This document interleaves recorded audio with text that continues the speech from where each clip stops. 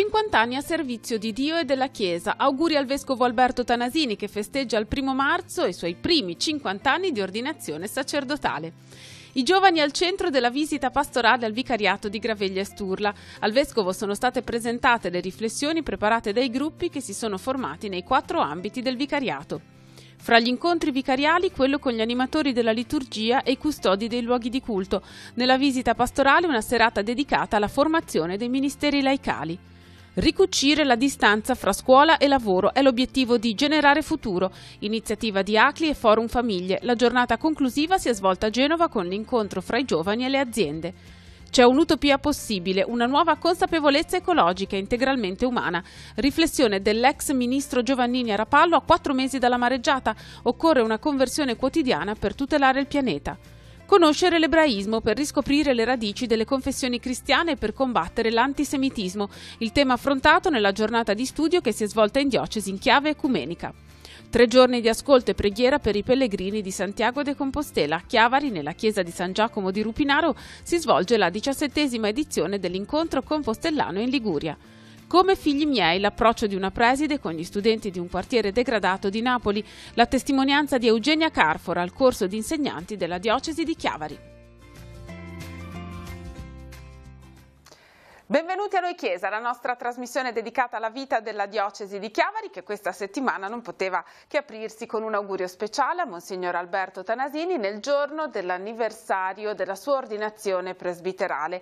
Il vescovo della nostra diocesi venne ordinato sacerdote infatti il 1° marzo del 1969 dal cardinale Giuseppe Siri. Dunque 50 anni di ordinazione presbiterale per il pastore della diocesi di Chiavari, che in questa occasione attraverso Telepace ovviamente riceve l'augurio da parte di tutti i fedeli della nostra diocesi e da parte di 2 sacerdoti, suoi strettissimi collaboratori, eletti vescovo proprio durante il suo ministero pastorale nella nostra diocesi.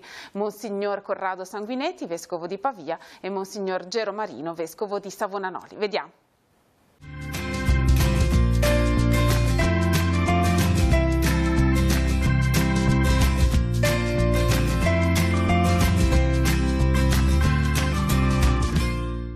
Don Alberto è un figlio come tutti gli altri, per me. Festeggia 50 anni di ordinazione sacerdotale il primo figlio di mamma Lidia e papà Ermanno. Monsignor Alberto Tanasini, classe 1945, origini ravennate ma genovese d'adozione, è stato ordinato sacerdote dal cardinale Giuseppe Siri il 1° marzo del 1969 con Don Giuseppe Borgatti, Don Carlo Canepa, Don Giuseppe Di Gregorio, Don Sergio Galletti, Don Antonio Lovato, Don Erasmo Magarotto, Don Giuseppe Marasso, Don Severino Merlo, Don Pietro Parodi e Don Giulio Ravera. Una volta diventato sacerdote ha insegnato diritto canonico, ha prestato servizio nella cancelleria della curia arcivescovile, è stato canonico della cattedrale di San Lorenzo e vicario episcopale per la famiglia e la pastorale sanitaria e nel 1996 è stato nominato provicario generale, eletto alla sede titolare di Suelli, nominato vescovo ausiliare di Genova e ordinato vescovo dall'arcivescovo Dionigi Tettamanzi. Nel 2004 è stato eletto vescovo di Chiavari. Essendosi resa vacante la diocesi di Chiavari, ha nominato vescovo di quella chiesa particolare Sua Eccellenza Monsignor Alberto Tanasini.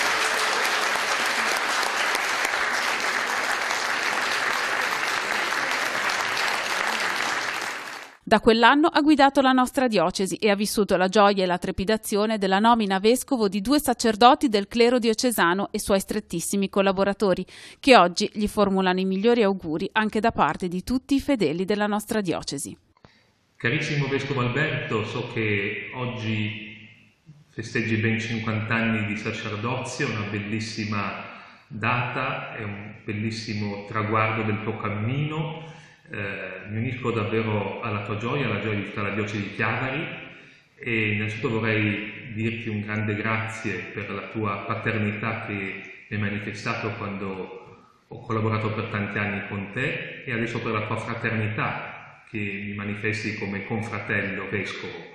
Davvero grazie di cuore per tutto quello che mi hai testimoniato e mi testimoni come bellezza di una vita donata al Signore. E l'occasione è per dirti ancora una volta il mio affetto e per augurare a te, ancora una volta la benedizione del Signore, che il Signore continui ad accompagnarti a rendere fecondo il tuo ministero. Cardinal Siri, nella messa in cui foste ordinato sacerdote, ho avuto modo di leggere la sua omelia, vi chiese al Signore due grandi doni per voi, sacerdoti novelli, il coraggio e la fiducia. Occorrevano 50 anni fa, occorrono anche oggi a noi pastori, allora chiedo al Signore che possa donarti sempre in abbondanza questi due doni importanti, il coraggio della fede e della fedeltà e la fiducia in Dio e nell'uomo. Ancora auguri e un abbraccio qui da... So che per la Chiesa di Chiavari, ma soprattutto per Padre Alberto, i 50 anni di ordinazione sacerdotale sono una gioia molto grande. E anche se da lontano mi fa piacere partecipare alla gioia di Alberto e di tutta la Chiesa. Partecipo con due parole. La prima parola è quella della gratitudine, per come mi ha sopportato e mi ha accompagnato per tanti anni a Chiavari. So che non è facile far vita con me, e il Vescovo Alberto è stato molto paziente nei miei confronti ed è stato molto padre, molto paterno. Per questo lo ringrazio. L'altra parola è quella dell'augurio di un cammino buono. E verso la fine del ministero episcopale, ancora un po' di anni, un po' di tempo, ma non tantissimo, allora che il cammino di questo ultimo tempo sia il cammino della raccolto, in cui possa raccogliere con gioia, con gratitudine quello che ha seminato in questi anni a Chiavari. E per questo davvero gli auguri più grandi e più belli per il Vescovo Alberto. E ovviamente per Monsignor Tanasini l'augurio anche da parte di tutto lo staff di Telepace, che in questi giorni lo sta seguendo durante la visita pastorale, la seconda indetta alla nostra diocesi, che sta toccando come primo territorio il vicariato di Sturla e Graveglia. Diversi gli appuntamenti ancora in calendario, molti quelli già vissuti con diversi gruppi e in diversi ambiti. In particolare con i nostri servizi vi mostriamo i primi due incontri di carattere vicariale che ci sono stati nel cammino del Vescovo diocesano, ovvero quello con i giovani e quello con le persone che si occupano dell'animazione liturgica, con i ministri della comunione, gli addetti al culto, le persone che si occupano del canto e tutti coloro che insomma sono impegnati nei ministeri laicali. E poi andremo insieme in Val Graveglia a Pontori, dove c'è stata la celebrazione della Santa Messa con l'amministrazione del Sacramento della Cresima a 11 ragazzi, celebrazione che è arrivata pochi giorni dopo l'incontro con tutti i fedeli della valle, delle 10 parrocchie che compongono appunto l'ambito della Val Graveglia. Tutto questo nei nostri servizi.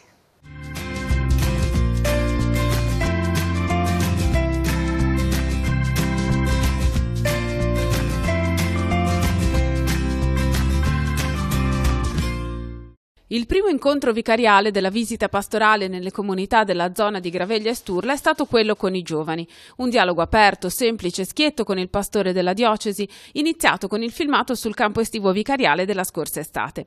I ragazzi, divisi nei 4 ambiti da cui è composto il vicariato, hanno preparato alcune domande per Monsignor Tanasini, esprimendo i desideri per la loro vita di fede e per il cammino che stanno affrontando nello studio e nel lavoro. Io e un altro collega universitario / lavoratore ci siamo impegnati per ricercare un po' questa domanda da porre in questo momento di difficoltà che il nostro gruppo un pochino sta affrontando per le scelte che dobbiamo prendere nella vita, sia a livello che lavoro andremo a fare, sia per il percorso che facciamo, visto che siamo anche animatori, quindi se davvero crediamo in quello che insegniamo ai ragazzi, cerchiamo di trasmettere loro. C'è chi viene per poter vedere gli amici, c'è chi viene perché ha bisogno anche lui di un percorso da fare, sente che le cose che condivide agli incontri non può magari condividerle all'esterno, soprattutto perché è preso dalla frenesia ormai di questa vita, i giovani sono presi da 1000 cose, sport, scuola,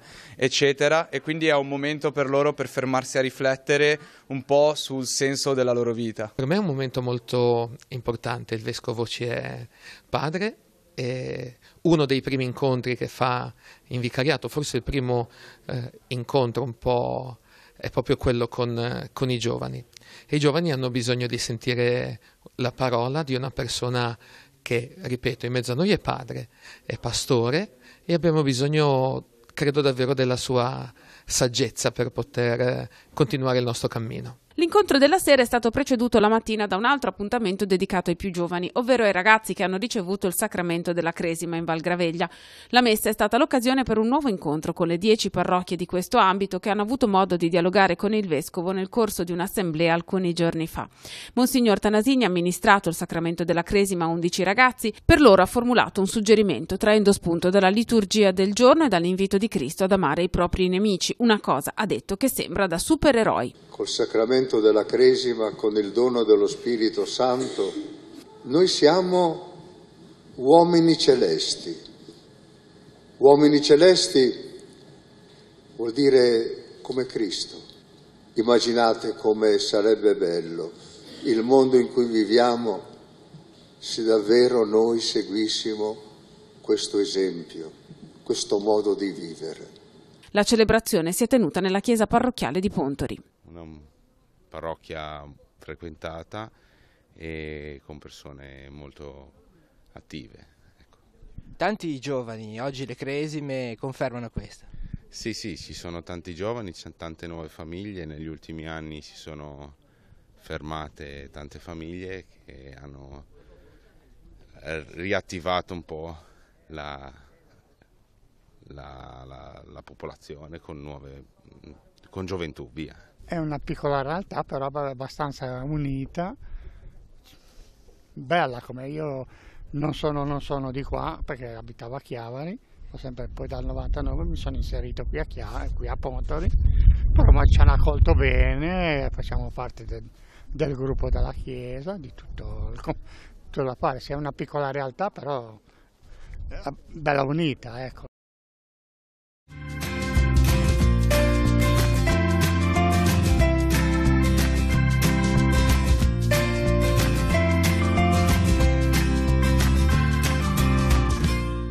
La formazione liturgica non è solo per gli addetti ai lavori, ma aiuta a far sì che i gesti che si compiono, ad esempio durante la messa, diventino testimonianza di vita e di fede. Sono tanti coloro che svolgono un servizio legato alla liturgia, ministri straordinari dell'Eucaristia, lettori, cantori, ma anche chi si prende cura della Chiesa, intesa come edificio, e chi in generale offre il proprio aiuto durante la messa. I ministri straordinari della Comunione sono un buon numero, sono più di 300, che operano in tante nostre comunità parrocchiali e ce ne sono 12 che attualmente sono in formazione, che verranno istituiti ministri nella prossima giornata dei ministeri nel mese di marzo. Ci sono molti che stanno facendo il corso da lettori che si svolge a livello vicariale e ci sono tante persone interessate alla liturgia a 360 gradi. L'animazione liturgica è un desiderio del cuore, l'adesione è libera. In ogni caso si può sempre partecipare ai corsi di formazione offerti dalla Chiesa chiavarese. Innanzitutto il Ministero straordinario della Comunione è su richiesta del parroco che individua un bisogno contingente ed individua in alcune persone la possibilità di fare questo, quindi una richiesta del parroco e alla persona e poi all'ufficio liturgico. I corsi per i lettori sono dislocati nelle varie comunità parrocchiali. Quest'anno abbiamo fatto un corso a Cicagna, un corso a San Pietro di Novella soprattutto per i giovani e adesso stiamo finendo il corso a Santa Margherita Ligure. Negli anni desiderio di continuare a fornire questo corso lettori, come anche un po' di incontri di formazione per il canto e per gli addetti al culto e i sacristi, ma sono tutti incontri che poi vanno nella grande programmazione annuale che a settembre allestiamo e che poi proponiamo alla diocesi, quindi la partecipazione al di là dei ministri straordinari della Comunione per tutti gli altri è libera, anzi un desiderio di approfondire e di conoscere nuove cose è già un buon punto di partenza. Di questi temi si è parlato ieri sera al Villaggio del Ragazzo durante l'incontro tra il Vescovo e coloro che si occupano della liturgia in occasione della visita pastorale al vicariato delle Valli Sturla e Graveglia. Il mio compito con povertà è quello di andare a trovare i malati e portare quello che possiamo definire la più grossa cosa, il Signore, a chi non può andare alla domenica messa o chi è solo ammalato. Che cosa vuoi sentirti dire dal Vescovo?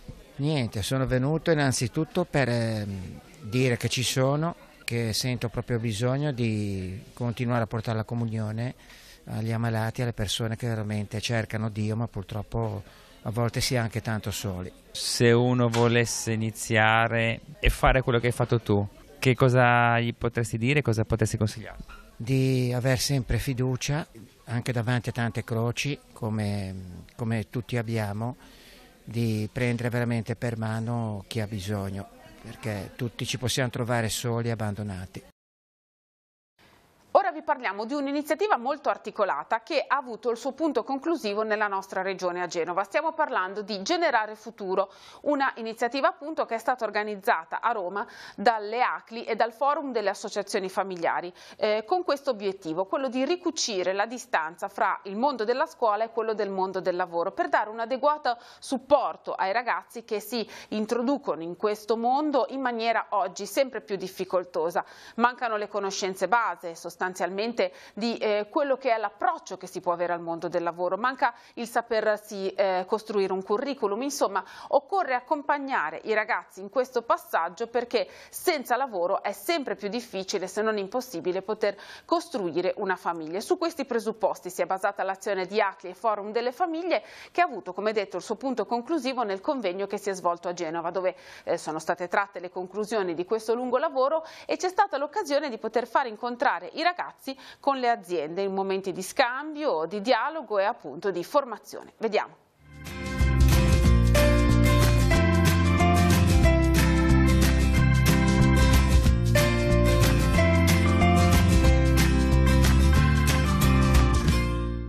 Si è svolta a Genova la giornata conclusiva di Generare il Futuro, iniziativa organizzata a livello nazionale dal Forum delle Associazioni Familiari e dalle ACLI di Roma, con l'obiettivo di organizzare laboratori formativi rivolti principalmente ai giovani. È una bella giornata conclusiva di un percorso iniziato a novembre con 10 incontri che hanno dato ai ragazzi che hanno partecipato numerosi, diciamo tutta una serie di informazioni e di competenze per poter approcciare al mondo del lavoro in maniera più concreta e sicuramente più efficace. C'è un gap, si è notato che c'è un gap notevole tra l'uscita dagli studi cosiddetta al momento in cui si dovrebbe entrare nel lavoro, per cui mancano proprio gli strumenti di conoscenza, di presentazione di sé, la capacità di fare un curriculum o anche proprio il modo di impattare con il mondo del lavoro che possa avere un'efficacia per chi si propone al mondo del lavoro.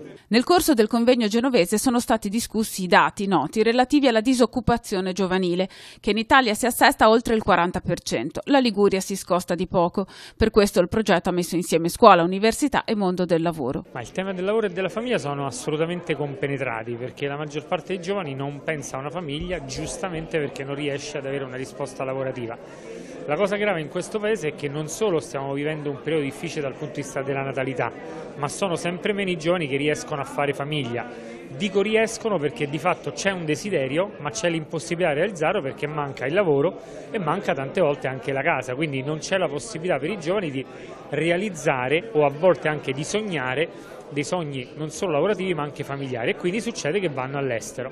Questo è un grande problema e pensiamo che sia fondamentale andare a toccare questo tema, che è appunto il tema lavorativo, per poter poi dare una risposta anche agli altri desideri che i giovani hanno. Con questo percorso, con questo progetto abbiamo cercato di mettere insieme il mondo del lavoro e il mondo della scuola, il mondo accademico con il professor Rosina e il mondo dell'arte con Giovanni Scifoni, il mondo esperienziale perché questo tipo di temi non si risolvono solamente con la politica, si risolvono mettendoci tutti attorno a un tavolo, cercando di far dialogare tutti i mondi, perché il tema del problema del lavoro e il problema della famiglia, che non dovrebbero essere vissuti come problemi ma come risorse, accomunano tutti perché hanno a che fare con il futuro. Non a caso il progetto si chiama Generare Futuro e il tema è proprio che cosa stiamo pensando, come stiamo lavorando per seminare il futuro per i nostri giovani. Dopo la formazione è stata la volta dell'incontro con le aziende, che si è svolta a margine del convegno di Genova, con l'obiettivo, per usare un'espressione cara a Papa Francesco, di avviare un processo. Diciamo che il progetto inizia adesso, che noi abbiamo messo questi giovani nelle condizioni di avere delle conoscenze maggiori e più adeguate sul senso del lavoro in assoluto e anche su come trovare risposte concrete. Non a caso adesso siamo qui dove stanno incontrando le varie aziende. Ma il percorso chiaramente non è che finisce con un progetto, il percorso inizia con questo progetto, il desiderio è che questi giovani possano essere tornati a casa con quelli che io ho chiamato gli occhi della tigre, cioè con un desiderio di provare quantomeno a realizzare i loro sogni e non rassegnarsi, perché comunque Le difficoltà ci sono state in tante epoche, queste forse sono delle difficoltà ancora maggiori perché i giovani percepiscono il futuro non più come una promessa ma come una minaccia, ma il futuro è sempre lo stesso, basta provare a costruirlo. Minaccia o promessa sono categorie che gli diamo noi, sono letture che gli diamo noi. Di fatto il futuro è là fuori e bisogna andarselo a prendere, dico io, con gli occhi della tigre. Le parrocchie del vicariato del Tigullio Occidentale hanno desiderato incontrare l'ex ministro Enrico Giovannini che come docente universitario a Tor Vergata a Roma si occupa di tematiche ambientali. Con quale obiettivo? A 4 mesi dalla mareggiata che ha causato tanti danni, soprattutto nel Tigullio Occidentale, ma non solo, è stata l'occasione per una riflessione sulla responsabilità di ciascuno nei confronti dell'ambiente. Luca Sardella ha intervistato Enrico Giovannini al termine dell'incontro.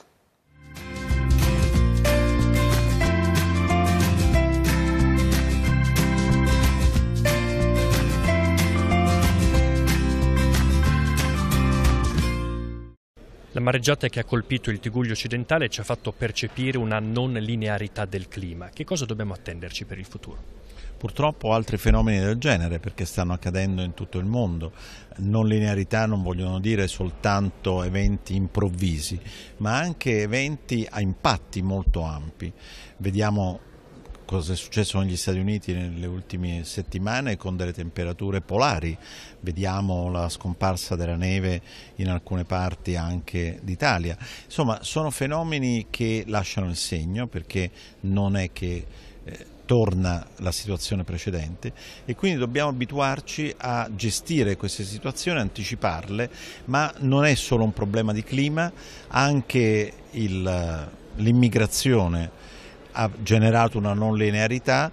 Nel punto di picco dell'immigrazione è arrivata popolazione che valeva lo 0,5% della popolazione europea, cioè un nulla, eppure ha generato la tipica goccia che ha fatto traboccare il vaso.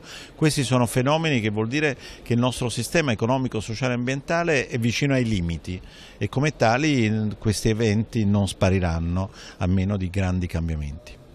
Ci sono dei punti di convergenza tra la Laudato Si e gli obiettivi per lo sviluppo sostenibile nel periodo 2015-2030? Certamente sì, non è un caso che il Papa decise di pubblicare la Laudato Si a giugno del 2015, cioè 3 mesi prima dell'adozione dell'Agenda 2030, e anzi alcuni dicono che la anticipò proprio la pubblicazione per spingere alcuni paesi nella direzione giusta.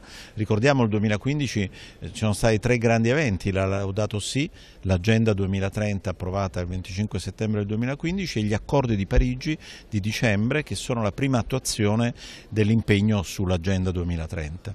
Quindi i punti sono molto simili, perché l'ecologia integrale di cui parla il Papa corrisponde esattamente a una visione integrata della sostenibilità economica, sociale, ambientale e anche istituzionale, perché le istituzioni non riescono a reggere sotto pressioni assolutamente molto forti dell'interazione tra economia, ambiente e società.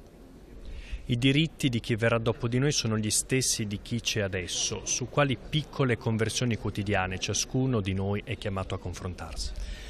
Certamente immagino che tutti chiudano il rubinetto quando si lavano i denti. Questo cambierà il mondo? No, perché servono delle trasformazioni molto potenti nel modo di produrre, nel modo di scambiare, nel modo anche di concepire cosa è il benessere. Ognuno di noi nelle sue scelte di consumo, nelle sue scelte di produzione, chi è imprenditore, ma anche nelle sue scelte di voto, ha un potere importante e dunque può scegliere di consumare, produrre, votare e relazionarsi con gli altri alla luce di una visione integrata della realtà, oppure cercando di difendersi, magari levando muri, magari rifiutando il diverso, magari cercando di arraffare il più possibile, se può, sul piano economico per proteggersi da un futuro incerto. La scelta invece per un'utopia sostenibile, per l'ecologia integrale, è una scelta profonda che richiede degli approfondimenti, richiede delle comunità, perché da soli non si risponde a queste sfide. Insomma, le chiese, non solo quella cattolica, hanno una responsabilità straordinaria per sensibilizzare e orientare le scelte di ciascuno di noi verso il bene comune. Occorre conoscere l'ebraismo per riscoprire le radici unitarie delle varie confessioni cristiane e per combattere i focolai di antisemitismo che oggi sempre più spesso balzano agli onori delle cronache. Con questo duplice obiettivo, a Chiavari, nei locali della Chiesa Evangelica Battista in Corso Garibaldi, si è svolto un incontro a cui hanno partecipato i fedeli delle varie confessioni cristiane presenti sul nostro territorio proprio per approfondire la conoscenza dell'ebraismo. Vediamo.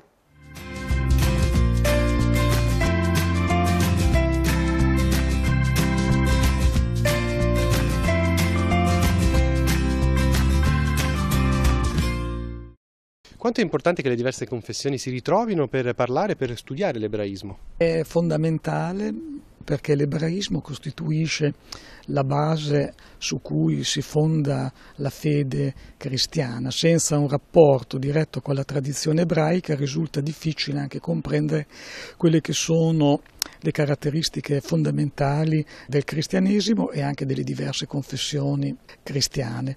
Molto spesso si fanno attività sul dialogo ebraico-cristiano fra cattolici e ebrei, fra protestanti e ebrei, ma assieme diverse confessioni cristiane a discutere di ebraismo è più difficile. Per questo l'importanza dell'incontro di oggi mi sembra di buon auspicio, perché dà la possibilità di aprire un fronte di dialogo che fa dell'ecumenismo una ricerca anche delle radici. Nella società di oggi ci sono tanti focolai di antisemitismo, la preoccupa questo e questi incontri possono essere un messaggio di speranza per poter provare a cambiare qualcosa?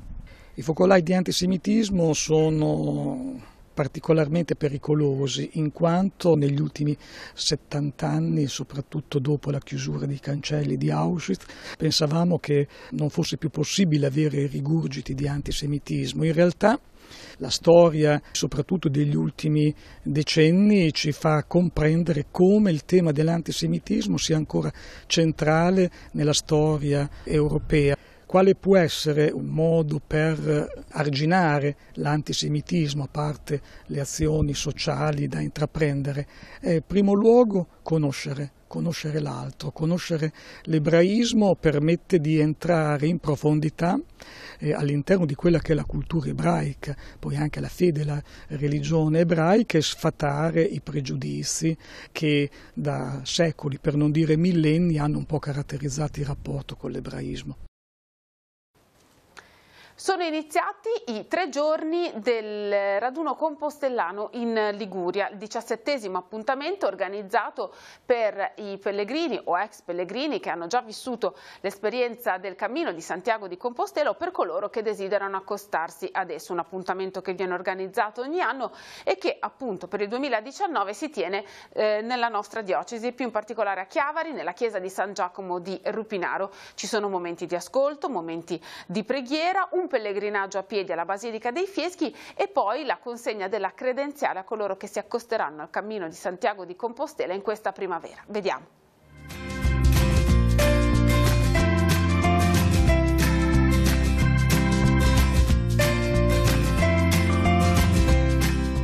XVII incontro compostelliano a Chiavari ospiterà questo evento. Quando si svolgerà? Si svolgerà il 2 e il 3 marzo. Siamo giunti alla 17ª edizione. È un incontro iniziato, il primo fu nel 2003 e si svolse al Paverano di Genova all'Opera Donorione. Il primo di questi incontri compostellani in Liguria che hanno l'obiettivo di far incontrare i pellegrini, i nostri confratelli innanzitutto, perché facciamo parte di una confraternita, poi dirò qualcosa in merito, ma i pellegrini anche un po' di tutta Italia che hanno vissuto questa straordinaria esperienza del Cammino di Santiago, principalmente a piedi. E è un tale tesoro, è una tale meraviglia questa esperienza, e sono ormai centinaia di migliaia ogni anno in Europa le persone che lo fanno, che è nato il desiderio come di capire meglio che cosa resta dopo Santiago. Sono andato a piedi a Santiago, è stato bellissimo, e adesso? e la vita e quindi da lì prende lo spunto questo momento di incontro annuale della nostra confraternita che ha la sede a Perugia perché è una confraternita nazionale. Sarà presente il nostro rettore Paolo Caucci von Sauken, presidente del Centro Studi Compostellani, e sarà presente anche il nostro cappellano del capitolo Ligure, Don Matteo Zoppi, che è viceparroco a San Giovanni Buono a Recco. Durante questi 2 giorni che temi verranno affrontati e come si svolgeranno i lavori di questi incontri? Beh, innanzitutto avremo un grande regalo quest'anno. I pellegrini conoscono tutti il nome di Padre Fabio Pallotta dei Guaneliani, che è questo grande sacerdote che accoglie i pellegrini all'arrivo a Santiago de Compostela e quindi farà il regalo, sarà presente con noi alle 10 del sabato mattina 2 marzo alla Basilica dei Fieschi e poi la messa subito dopo. I temi sono quelli, come dicevo prima, del punto di congiunzione tra l'esperienza del camminare e del pellegrinaggio, che è l'immersione in un'altra civiltà, in un altro tempo, in un altro spazio, in un altro modo di relazionarsi con Dio e con gli altri, e la vita quotidiana, perché se qualcosa di grande, e c'è qualcosa di grande sul cammino di Santiago c'è, e non si può semplicemente andarlo a rincorrere tutti gli anni rifacendo il cammino, cosa meravigliosa, ma deve essere qualcosa che puoi vivere anche andando a lavorare, io dico sempre di lunedì quando piove. In che modo questo verrà affrontato? Chi ci sarà poi come relatore? Che esperienza si potranno vivere? Allora, le relazioni sono quelle, diciamo, vere e proprie. Sono quelle la domenica mattina del nostro rettore Paolo Caucci von Sauken e di Don Fausto Brioni che ci ospita a Rupinaro, e il tema sarà quello trattato da Don Fausto della esortazione apostolica del Papa Gaudete et exultate, l'esortazione, la chiamata alla santità nel mondo contemporaneo, e il rettore farà la consueta relazione annuale sullo stato dell'arte, della vita e degli impegni della nostra confraternita. Le altre sono più testimonianze di pellegrini. Avremo l'esperienza di fatica, di dolore, di malattia, ma anche di gioia e di guarigione di una pellegrina che verrà a raccontare questa prova vissuta nella sua vita. Avremo 2 sposi che hanno fatto 50 anni di matrimonio andando insieme a Santiago. Avremo un amico, Carlo Grignani di Belgioioso, che ci ha messo 40 anni a vivere la vigilia dell'andare a piedi a Santiago, è andato in pensione, finalmente è partito. Insomma, tante testimonianze e tanti momenti. Un momento particolare, essendo a Chiavari, sarà un omaggio a Elena Bono che faremo al Teatro Caritas alle ore 21 del sabato 2 marzo con una lettura integrale di un suo racconto, Il piccolo Abi. Ora facciamo un passo indietro e torniamo ad uno degli incontri per insegnanti, genitori ed educatori organizzati dalla nostra diocesi, quello con Eugenia Carfora, un'insegnante che opera nel napoletano e che con grande passione e determinazione lotta contro l'abbandono scolastico. In che modo?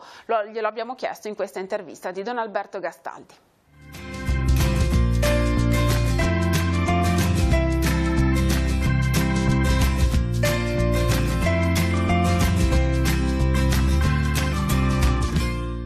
Come figli miei è stato il titolo di questo incontro. Cosa significa considerare uno studente come un figlio? Che cosa significa per una preside? Cosa comporta nella sua vita di tutti i giorni? I ragazzi che vengono a scuola ti danno tutto quello che hanno e tu che sei lì a fare la preside devi dare di più. Noi viviamo più con i ragazzi a scuola ormai che con la famiglia. Che significa? Significa che abbiamo un sacro dovere di dire: bello, sei bello dentro, tiralo fuori e salvaguarda il bene comune. Abbiamo visto in alcune trasmissioni, anche su alcuni articoli, che lei addirittura va a prendere dei ragazzi che non vogliono venire a scuola e li va a prendere a casa. Perché? Perché a casa non fanno niente, a scuola qualcosa ascoltano e diventeranno uomini liberi.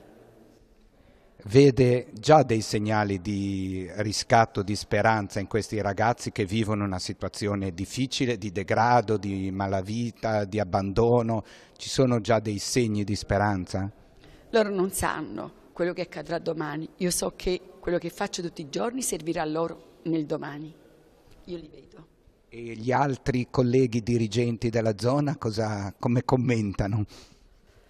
Io credo che ogni dirigente fa la sua parte. Io non so cosa fanno gli altri, io so quel che faccio io e quello che desidero io. Io sono convinta che tutti insieme possiamo fare comunque di più. Prosegue il cammino del Vescovo Alberto Tanasini nella visita pastorale. Sabato alle 10:30 nella chiesa di Ne ci sarà l'incontro con i ragazzi che frequentano il catechismo nelle parrocchie dell'ambito della Val Graveglia. Sempre sabato alle 17 nella chiesa di Carasco la celebrazione del sacramento della Cresima. Sempre sabato in serata attorno alle 19 il Vescovo cenerà con i ragazzi e il gruppo giovani dell'ambito delle parrocchie di Graveglia, Rivarola e Paggi che da tempo svolgono un servizio missionario preparando alcune pizze che poi vengono offerte e il ricavato viene destinato alle missioni, in particolare per la Costa d'Avorio e per il Perù, e Monsignor Tanasini avrà l'occasione per conoscere proprio questa realtà. Domenica 3 marzo alle 10:30 la celebrazione del Sacramento della Cresima nella Basilica di San Salvatore dei Fieschi. Terminiamo così il nostro appuntamento settimanale con Noi Chiesa, il nostro viaggio alla scoperta della vita della diocesi di Chiavari. Grazie per averci seguito, ci rivediamo la prossima settimana.